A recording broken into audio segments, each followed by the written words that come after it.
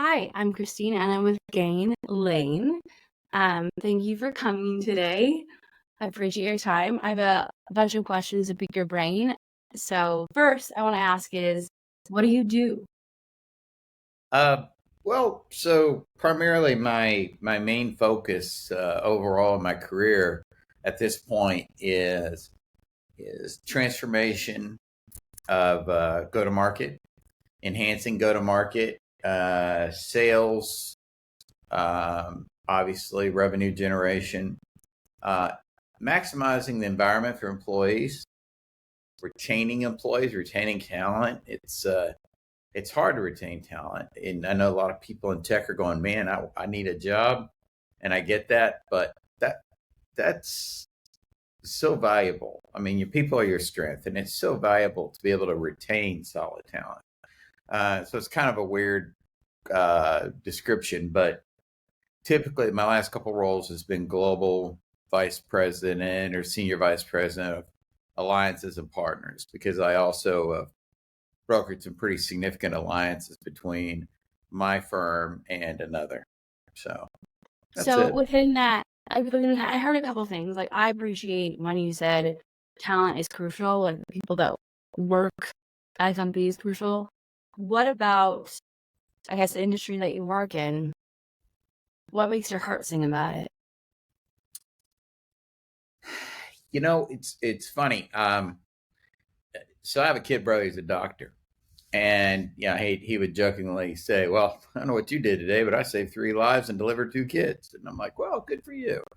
Uh, I I still have more hair than he does, but I would say that it's the ability to enhance communication and make it easier and more advantageous for people to communicate, whatever the platform, or to be more secure with their network security for the bad guys not to get to them, because there's so much chaos in the world these days. I don't know anybody that isn't at least worried about your password. One of them, and how many passwords do you have? I mean, I counted about 6 months ago. I had over 300 passwords, Good for and you. Good. I have six that I revolve. I change because I'm like my brain can only take so much from a memory perspective. So yeah, I'm well, just I can't keep up with it, but a lot of times it's like it won't take it the way I do it, so I have to change it slightly. So then I fumble and stumble through them, so I start keeping track of them. But everybody wants a password, which I appreciate. There's no set way to do it, and I think we're moving into that realm now, where there'll be a couple of defaults utilizing voice and speech recognition, and in some cases, the iris of your eye and that kind of thing. But your voice will be your fingerprint. It's a matter of time. But I think that just making life easier. I like that, and so I point out to them, well, you may deliver those kids, but somebody had to call you. And that's kind of yeah, important. So yeah, no, yeah, that's right. Communication. The faster you can get communication out, the faster you get responses. Right? Like yeah, yeah, it's a two-way exchange, and I think communication is huge. Especially everyone thinks like voice is dead. Like voice is not dead. I get so many voice memos through text message on a daily basis. Like Mhm. voice is not going anyways. Just not to go down that rabbit hole. But can you tell us from your extensive experience and background, what investment of yours do you consider the best or most worthwhile you've ever made thus far? In myself or in a business opportunity. Would you give me a little guidance, Christine, on which you prefer? I think I would say both. I'd say maybe start with personal and then go to business is maybe, or I guess what came first and then what came second. Okay. All right. Well, the best investments I made in myself were, first of all, and they're still there, um, was humbly, having the humility to target what I wanted to do, knowing I needed help, and securing a good mentor. Mhm. Mentors make the world go round. And so if anybody ever reaches out to me, even if it's as simple as they shoot me a LinkedIn and say, hey, I'm a free agent looking for a job or whatever, I take a minute to acknowledge that and to recognize that. And often more than a minute. I'll say, hey, you know what? That's a talented person. I'm gonna blast that out to people. That person matters a lot. We all matter, but they matter a lot. So the mentorship and just trying to keep in mind that it takes the same amount of effort to be nice and considerate as it does to not be. I mean, it's that simple. Empathy and consideration, and just realizing that person doing that job is every bit as important as that lady that's sitting in the ivory tower or whatever. They all have a place. They all have a place, and it's really important. On a professional standpoint, I think I would say it's probably that I've gotten where I've nailed down over the past few years, several years, some basic tenets that I use, no matter what my environment, no matter what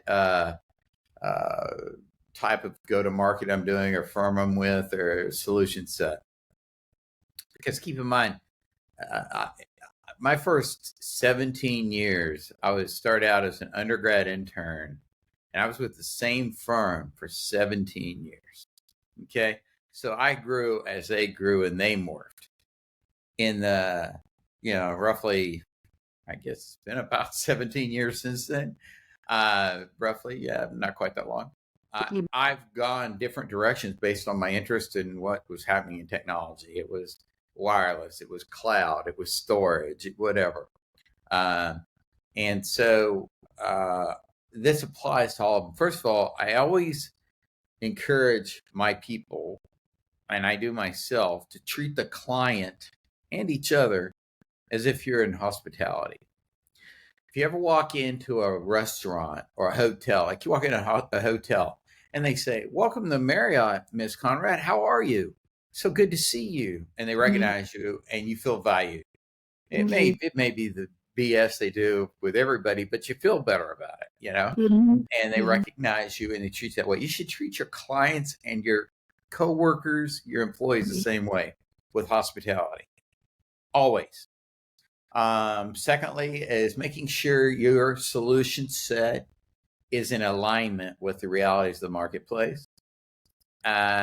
You want to make sure that you're aligned with the market and with your firm and the firm's goals. And the firm's goals aren't just the boss. Is a CMO on the same page? Is Chief Product Officer on the same page? Is the lab on the same page? Are the engineers on the same page? And if they're not, how do you morph that so that everybody is? If you're all in alignment, you almost never fail to be successful together. And I've learned that. I've learned that, you want to be best in class in some aspect. And it may just simply because you treat them with humility and hospitality. I don't know. But there's the world is littered with examples. I remember when I went to grad school, examples of firms that had the best solution and didn't win. Well, because they really weren't best in class, because even though they had technically the best solution, it didn't meet or wasn't aligned with what the market wanted. And the customer, client, or employee or coworkers experience. Like when I'm done, Christine, talking with you today, I hope you'll go, you know what, that was a fairly good experience. That was good. It was relatively painless, and you treated me with respect, and it was valuable. And if I fail on that, that's a fail on my part, and that bothers me. Yeah. And then lastly, the last big investment that I made is to always, every morning, get up and be competitive. Always. Never take it for granted. Every morning I get up and I assume that the fort I'm in is surrounded and I'm outnumbered and I'm almost out of ammo. I always assume that. And that serves me well too. So I know that's kind of a weird investment explanation, but for me, that's an investment. I've invested dollars in something or a marketing program in something, and those are good. But for me, those 5 bullets I just shared with you, that's come about from personal experience, failures and successes. And I can take that anywhere from working in fast food to working in the federal government to working in the enterprise, and it works.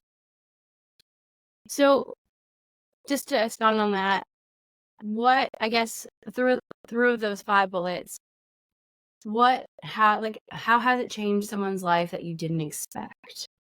Like, How did it change someone's life? yeah, was there maybe something that you throughout your career, throughout your life, that those 5 bullet points had changed someone's life that you didn't really realize?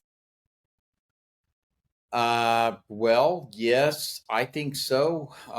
I found that over the past several years, I've run into people that said, you did X, you did Y. I might not even remember them. They were in an audience at some place I spoke Yeah. or something. Yeah. And I applied that. And don't get me wrong, I'm not trying to say I'm Tony Robbins or Zig Ziglar, but they said it resonated with me. And I applied it, and I found that it really worked well for me. And I did this, or I accomplished this, or I won this deal, or whatever it may be. That's Mhm. happened several times. And I've Mhm. also, using those, have found, particularly with customer experience, driving Mhm. that customer experience and driving that hospitality relationship, I Mhm. found that has saved us being whatever firm I was with, in a tough situation or a competitive situation where somebody came in way cheaper and we were Mhm. the incumbent, or where our product, for whatever reason, failed. We had a software bug or a bad install, or we didn't, kill enough chickens before we put it in or something. And and people give you a lot of leeway if they know that you have their back and you've always treated them with respect. You can get a lot of miles that way. Now, I could give you 20 examples of that.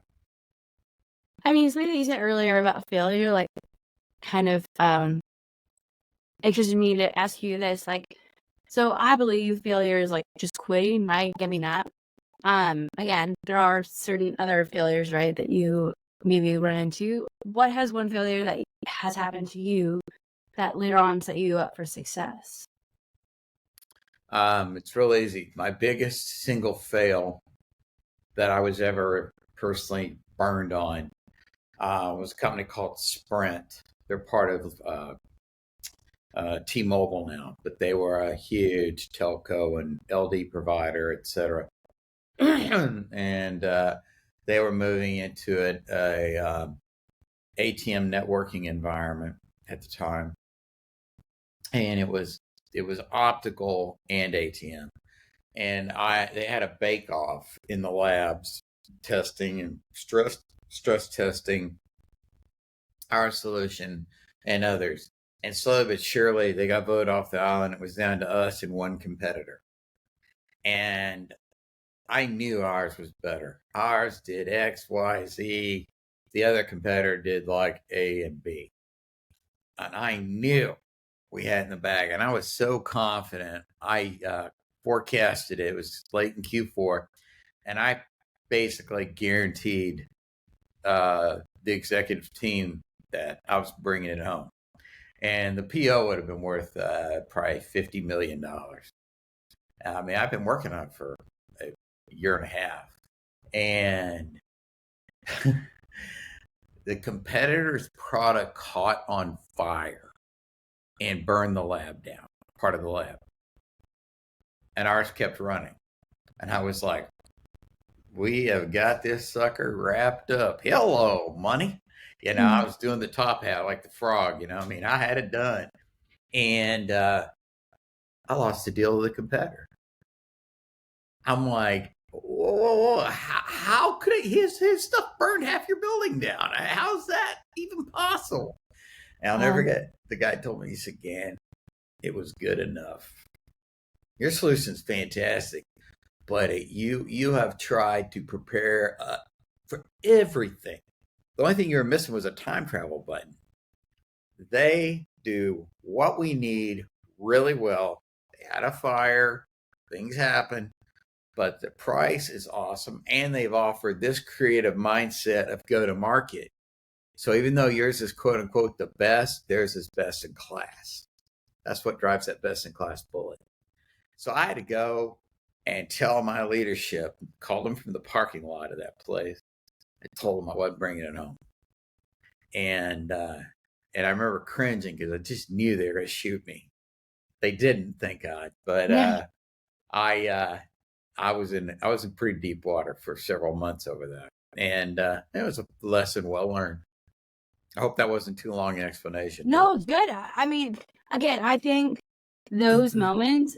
I mean, I've had not to that like extreme, right? But I've had moments where I thought I had it in the bag. I thought I had it in the bag, and then I was like humbled really quick that I didn't, and I was like, all right, what can I learn from this? How can I, it's like looking at it like that, like the outlook piece. It's just like you never know. You just, again, to your point, you have to be aligned in the market. I think that's huge. I think it's funny when people are like about the Oculus or just like the Apple. Yeah. I don't I get. I'm gonna slaughter the name, but it's just like if I can make a business case out of it, for sure I'll buy it. But it's like, is that really a necessity for the market? I don't know. I don't know. I struggle. Yeah.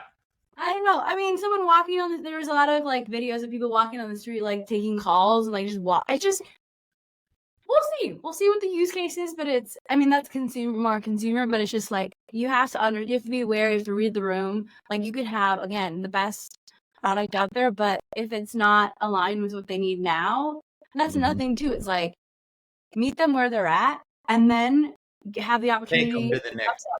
Yeah. Like, meet them and take them with you or travel with them to the next step. Yeah. You bridge that, Wouldn't you have loved to have had the ability to see in the future and 15 or 20 years ago come up with a smartphone like a Google phone or an iPhone? And I also would have limited the social media capabilities of it. But I consider that the bane of existence. But wouldn't it have been fantastic if you had that then and brought it forward then? What that could have been like to have that then? It would have been amazing. And I remember when I was my freshman year of college, and a guy's walking along, and he had a bag phone. Had a phone in a bag, and he's talking on it. My mom. So my dad, my mom, so my dad works in insurance industry, and she had like a briefcase phone. Like had it. It's like, I thought that was so amazing. Yeah, it's crazy, crazy. And then like the block phone, like the I don't know, like the Motorola, the big old brick, Motorola brick. Yeah, it's crazy how cool innovation, right, has brought us to today. And I'm thankful for it, but sometimes I get a little frustrated, as you say, like social media sometimes to be. It's great, but it also can be used against us in a sense. So, with that, I've been a victim of it. So I mean, it's brought me a lot of positive stuff, but also like people can use it, in different ways. But what are bad recommendations you hear in your area of expertise? What are the recommendations I hear? Bad recommendations. What bad recommendations do you hear? Bad recommendations in my space. I guess I would say the worst recommendations I hear are typically tied to total contract value. I think it's increasingly hard with the changes in technology and software to really put an accurate finger on total contract value. I think you have to, again, like we said, you've got to walk with them. You can't say, this is going to be worth this much to you over 3 years, sign on the dotted line, press hard, make 5 copies. I don't think that model is a good one. anymore. I also think recommendations of exclusivity in technology are bad. A real common one right now is a lot of people, I personally don't, but a lot of people are really into having a Lucid or a Tesla or something. And all these manufacturers, none of them's plugs are the same. So bad enough is Well, not yeah. that is a simply they are all trying to win that war, and because technically none of them seem to be really superior to the other, from what I could tell, in my reading and stuff. I don't own one. I'm from Texas. It's a bit of a stretch. We like big engines, but I think that's a great example. Exclusivity of form fit factor is just bad. It's just a bad model for the client. And I recently was asked to consult for a firm, and they're coming out with a new product line. And I was looking at it, and I'm like, these ports seem different. They go, well, that's our such and such port. It's like an Apple Lightning port. It's faster, more efficient, and they'll only be able to get it from us. And I said, okay, well, Apple got sued by the EU, and they're switching to USB. And the fact that you have that is a huge strike against you. And you want to alienate customers. I mean, the biggest alienation complaint you hear about an iPhone or a Mac or an iPad is that every iteration has a different port. Oh yeah, I have the new iPhone, and it's frustrating. And then again, I'm drinking the Apple Kool-Aid, so I can't it's because everything connects together, right? Everything like the Bluetooth. I think the Bluetooth piece of it, because I'm a walking cloud billboard, so anything that I could do to remote connectivity, sign me up. And again, there's differences in every product, right? I think there should be healthy competition within the tech world. But to your point, it's you should be able to give the opportunity to connect to other platforms per se, right? To be able to connect easily, especially the user experience. I think for me, there's certain CRM systems that I don't want to pull my hair out because of the user experience, but I'm not going to name names. But it's the more that you can integrate and the more that you can make it seamless for your customer, the more that they're going to stay with you. And it's just I think people just don't, again, I don't know what it is. I don't know. Maybe I was brought up different. I don't know. But it's you normally want to make sure the other person can breathe easier. So then there's a benefit to both parties, right? It's just, you just hit it on the head right there. Mutually beneficial. That is so key. When I do a go-to-market project and I've got a new product, or I'm a smaller player or a new player, being mutually beneficial kicks that door open quicker than anything.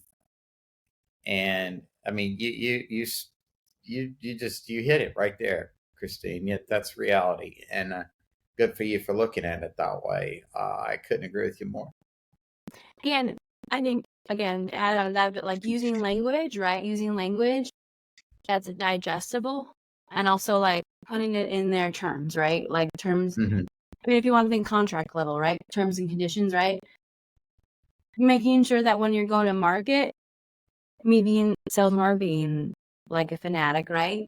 Is making sure you're communicating competently and also using the language that they can understand. And it's just, it blows my mind how much of a bubble sometimes the tech world is in. But again, not to go down that rabbit hole, because I could probably debate for maybe 2 hours about that. But I don't know if anyone wants to hear that at this point, right? Because sometimes people aren't ready to hear the obvious. So where can people find more about what you do, or how they can get your help, or what you offer? Where can they go find you? Well, I've got a couple of websites. I've got one, publicist website, which this podcast, with your permission, will be referenced about as well. But also, my standard one is Gahn, GAHN -Lane, LANE.com. That's it. It's real simple. Gahn-Lane.com. and it has a summary of everything at a high level that I've experienced or been involved in. And it also has a spot you can contact me if you want to. And then lastly, LinkedIn. That is one social media tool I am absolutely dependent on. I don't engage with anybody without hitting them on LinkedIn first, just to see what they're doing, what they're about, what their background is, and get a feel for that. So that I walk in not only with knowledge, but also respect for their background and where they're at and where they've been. It's courteous respect to be prepared to speak with somebody. It's not being nosy or creepy. No, you're doing your homework. I frankly, it annoys me a little bit. Somebody wants to connect with me in a meeting. They want to meet with me or something, and they don't even like check LinkedIn. They just got my name off something, or somebody mentioned me, and then they're going to try to get me to buy in on something or help them with something. I'm like, are you an SEC guy? If you're not SEC, I don't know. It's not really that way, but it's just you got to find out what makes people tick and what's important. And everybody has things that are valuable to them. Everybody has a child or a spouse or a hobby or their parents or where they're from or favorite movies. Everybody's got something, and they're all valid and they're equally important. Your values and your hobbies and your interests are every bit as valuable as mine. And I'll just go out on a limb and say right here, for everybody's knowledge, that I know Christine's into unicorns and has lots of unicorn statues and stuff in her place. She told me about that. No, you didn't really. I'm joking. I mean, I am a unicorn.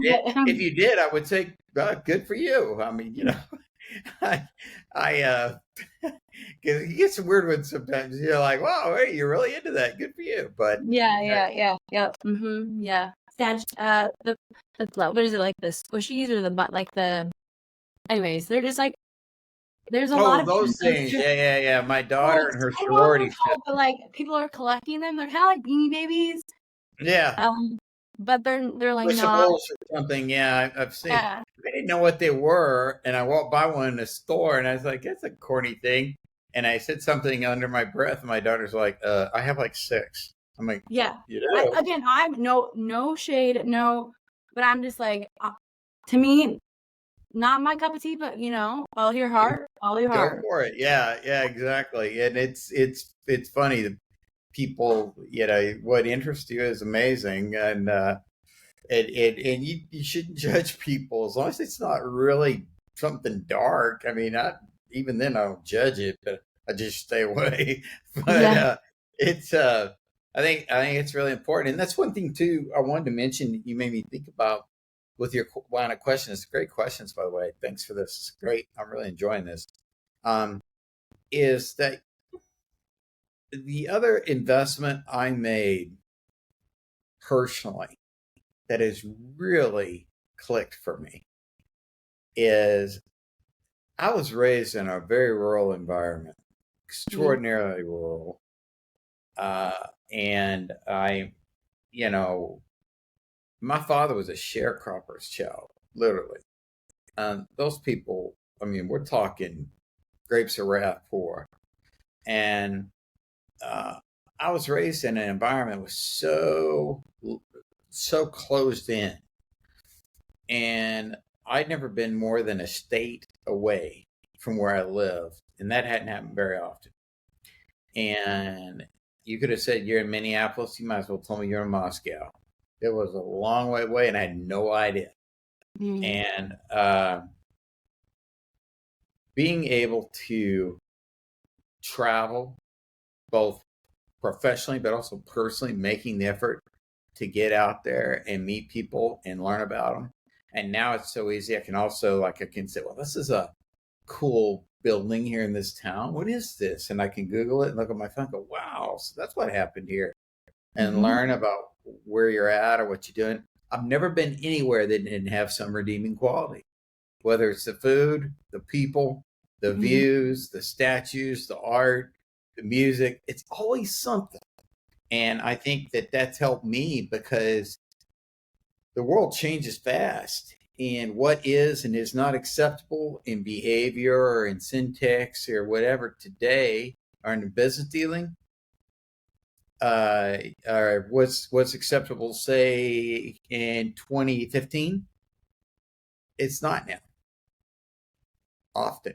2010, no. 2000, forget about it. And so it's changed a lot. 2000 is kind of where I really got going. I got about 25 years under my belt of this kind of thing. And I mean, Y2K was kind of that's when things really started to change big time. Well, coming back fashion wise, so like, I mean, maybe that and R&B, those, I think those two things are acceptable, but everything else, not so much. Like, not so much. You got me there. Yeah. Well, last question before you wrap up. If you could have a billboard that reaches billions of people, what would it say? If I had a billboard that reached thousands of people, what would it say? Thousands and thousands and thousands. It's going to be really simple. It's going to say something along the lines of